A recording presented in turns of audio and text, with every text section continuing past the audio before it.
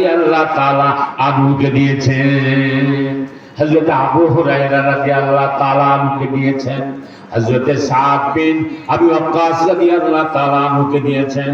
আমার ভাইয়েরা, এই সাদ বিন আবি ওয়াক্কাস রাদিয়াল্লাহু তাআলা আনহু কলেমা গ্রহণ করার কারণে তার মা ছিল মুশরিকা, খেজুর গাছের ধারে মাথার চুল ছেড়ে আর বুক থাবড়ায় আর কান্দে আর বলে, ও সাদ ফিরে আয়, ও বাবা ফিরে আয়, তুই আবার বলে ফিরে আয়, ফিরে আয় বাবা, দাদার ধর্মে লাট মানা বুঝাবে ধর্মে ফিরে আয়।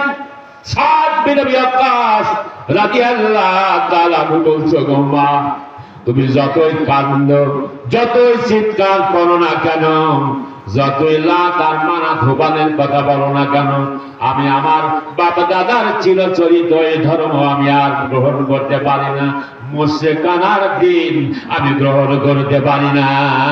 আমার জীবন উৎসর্গ করেছি বিশ্বনবী জনাবে মুহাম্মদুর রাসূলুল্লাহ সাল্লাল্লাহু আলাইহি ওয়াসাল্লামের কদম মোবারকে। নারে তাকবীর!